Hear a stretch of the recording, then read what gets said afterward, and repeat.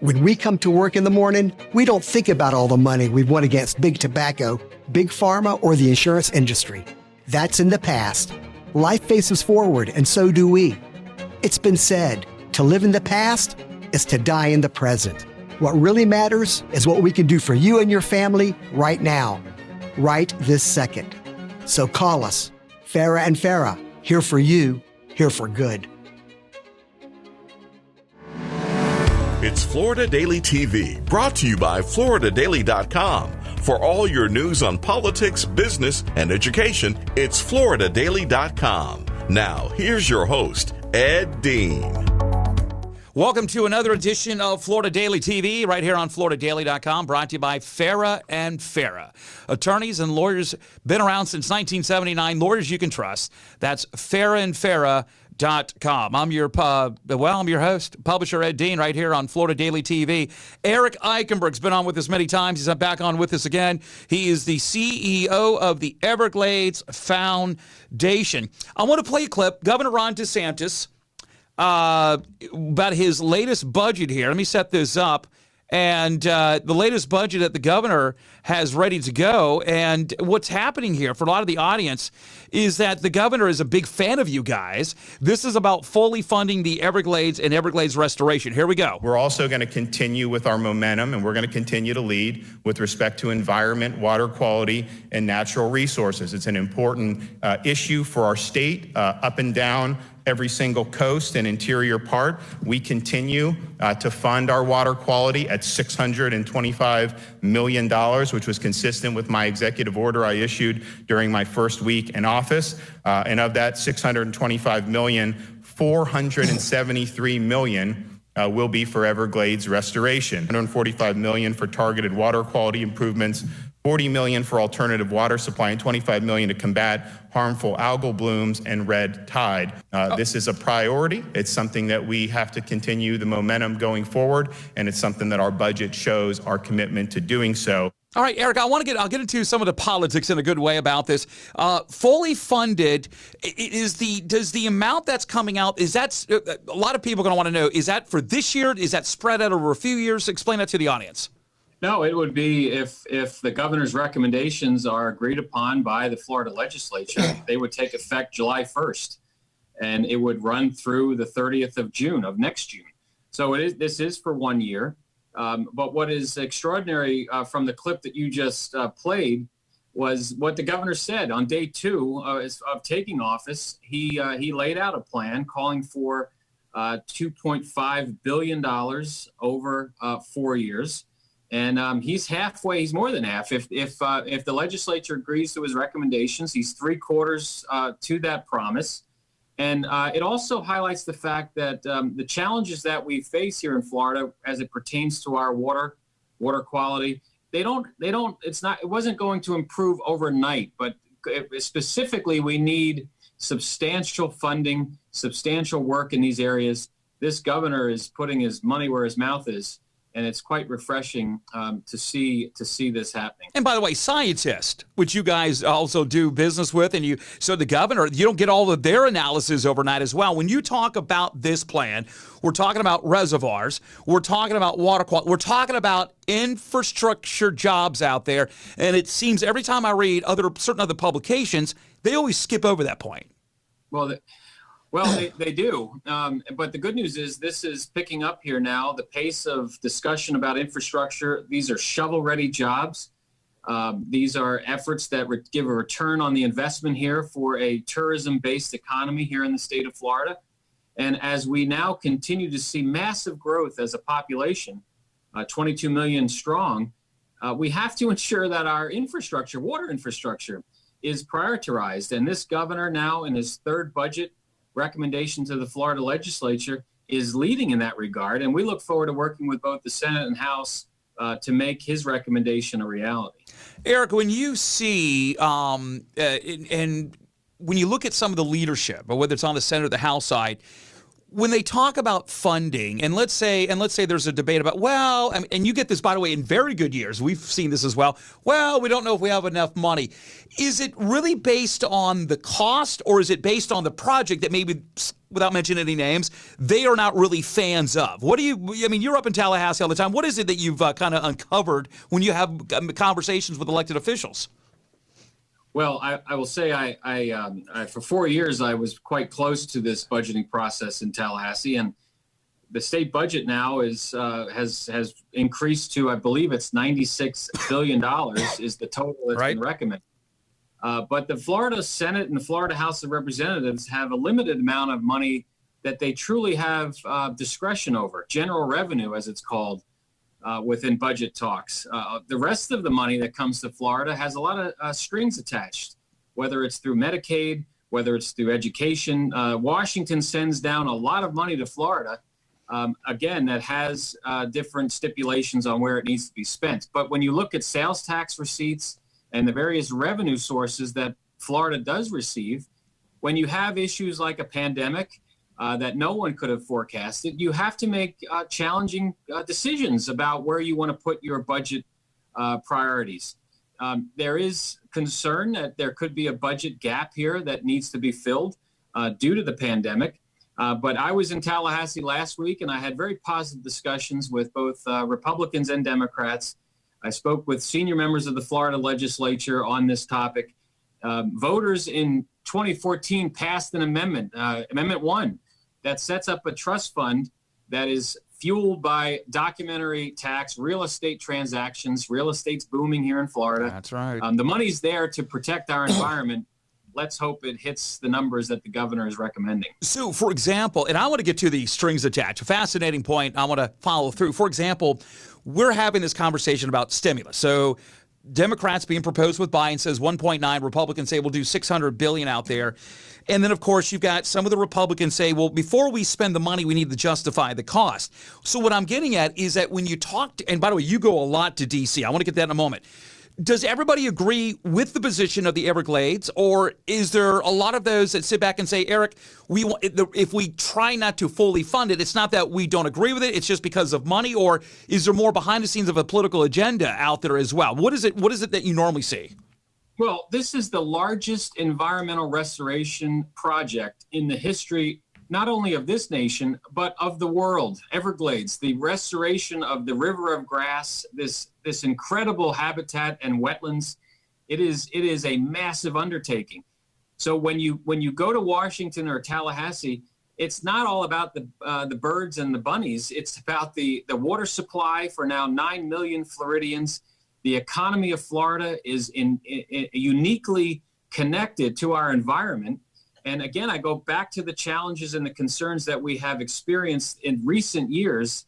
We now have political leadership led by Governor DeSantis who wants to fix that, because when Florida, Ed, comes out of this pandemic, and we're going to come out stronger than when we entered, the environment, our natural resources, the Everglades, our water supply is going to lead the way. So regardless of what state or congressional district you represent, this is America's Everglades. This is a national treasure. The stakes are too high to even think about failing. Bottom line is political will is needed. We have it in Tallahassee. Let's finish the job and let's do it together. Eric, you bring up a good point. I used to, in the mid-2000s as a reporter, and before we became, God gets all the credit, before it became statewide syndicated, we used to, I'm a big hunter, and I love the kayak. I used to laugh at the people in the kayaks that go, oh, those are the people that want to put gas in the water. Now I'm like, wait a second, I'm actually one of those people. I prefer a kayak. And right now, again, we used to talk, we used to, being born and raised in Brevard County, you would laugh going, wait, without the word sounding leftist, which it is not, ecotourism, kayaking, which includes guys that you partner up with, fishermen groups out there. We'll get into that in a little bit. And I sit back and go, this is now becoming a huge chunk of revenue. The fishing industry, the kayaking industry, along with, oh, by the way, the same week they're going to Disney and Kennedy Space Center. This is another issue that is not talked about, which you guys partner up with a lot of groups on. Florida's environment's in vogue. People understand the importance of it, whether it's fishing, boating, recreating out on our waterways. As I speak with you this afternoon, I look to my right and I see beautiful Biscayne Bay National Park to my right here. So these waterways, again, are all intricately linked. We have opportunities to ensure that this is passed on. The The beauty of Florida is passed on from generation to generation. But again, make no mistake about it, this is as much an economic argument or an economic message than it is as environment. As the environment goes, here goes the economy. And again, when you invest every dollar into these shovel-ready jobs, into this infrastructure to keep more water on the Florida peninsula and send that water south, you receive at least a conservative $4 return. Real estate leads the way in that regard. Wow, it's amazing. You're looking at Biscayne Bay, and I look out, I'm looking at the local retention pond. How did you get that? I'm just kidding. All right, listen. Well, you know how important these waterways are. I know. I'm messing. Now, on the other side of the break, I want to talk about, you said something about federal strings attached and state things like that. Sometimes is there a pure bill? You touched upon that. I know I'm going to get some questions on that. More on the other side. We're talking with Eric Eikenberg, who's the CEO of the Everglades Foundation. Of course, you see it at the bottom right there, evergladesfoundation.org. Check them out. More on the other side. Of course, this is brought to you by Farah and Farah, serving you since 1979. Lawyers you can trust. That's farahandfarah.com. More on the other side right here on Florida Daily TV.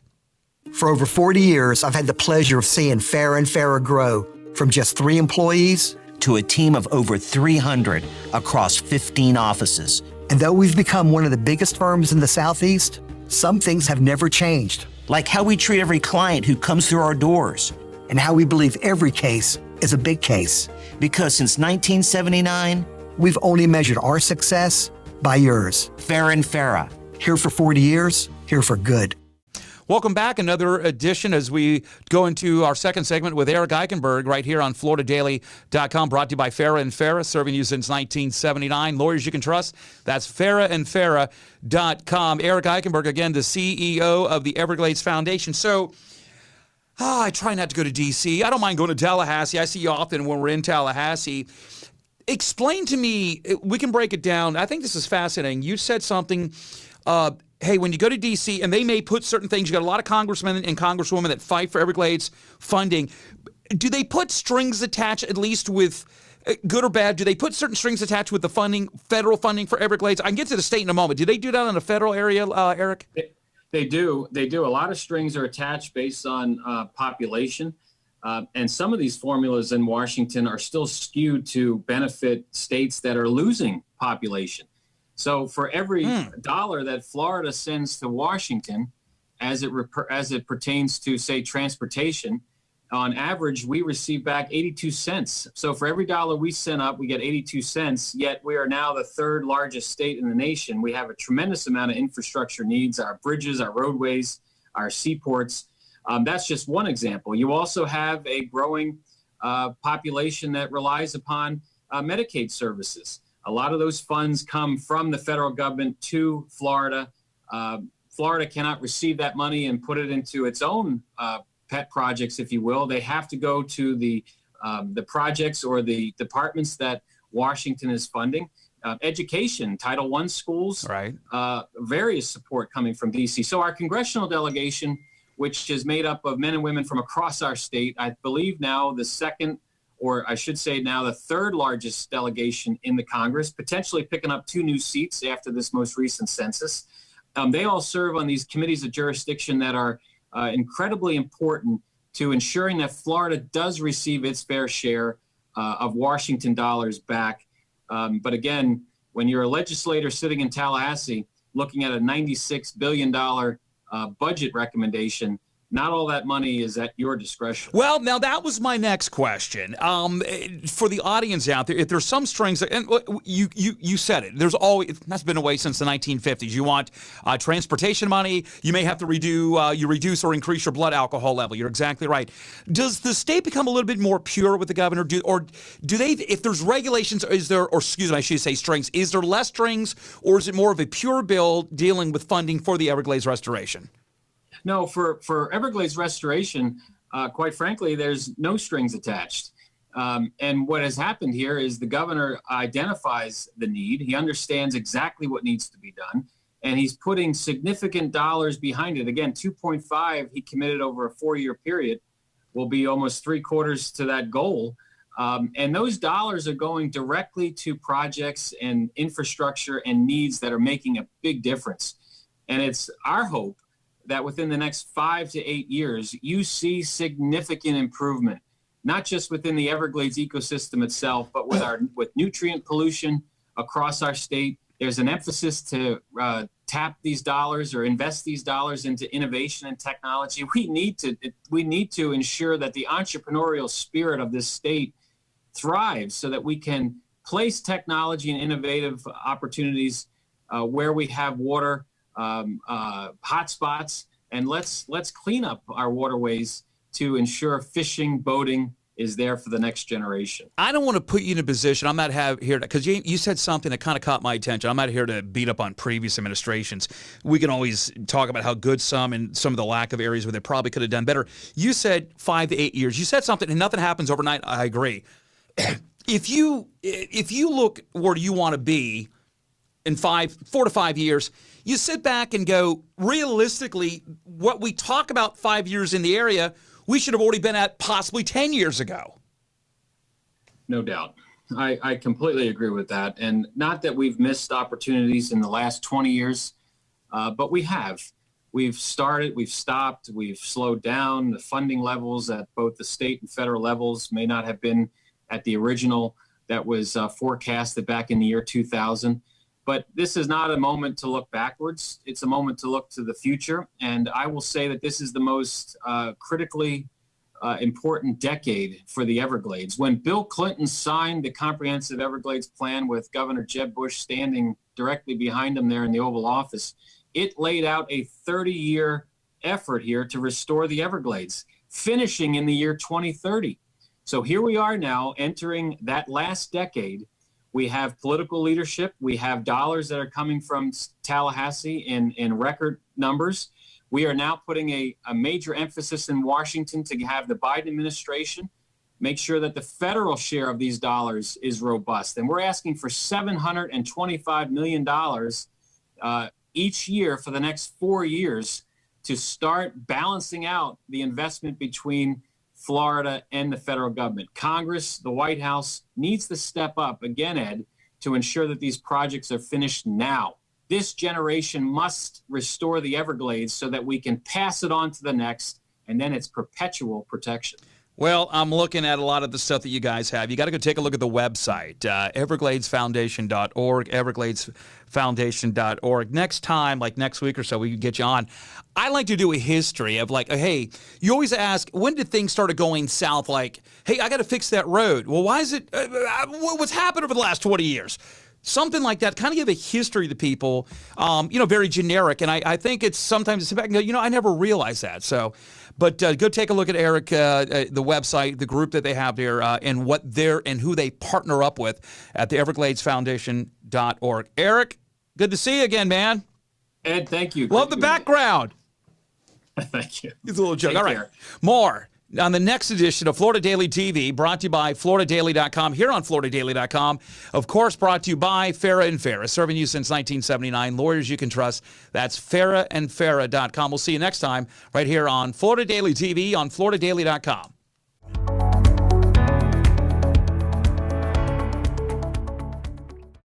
We teach everybody at Farah and Farah that the only basis upon which they judge themselves is by the client's success, not your own. This firm has been built over the last 40 years on the trust of our clients, and we intend to keep earning that trust. That's the focus of everybody who works here at Farah and Farah, how they can benefit the client today. Farah and Farah, here for you, here for good.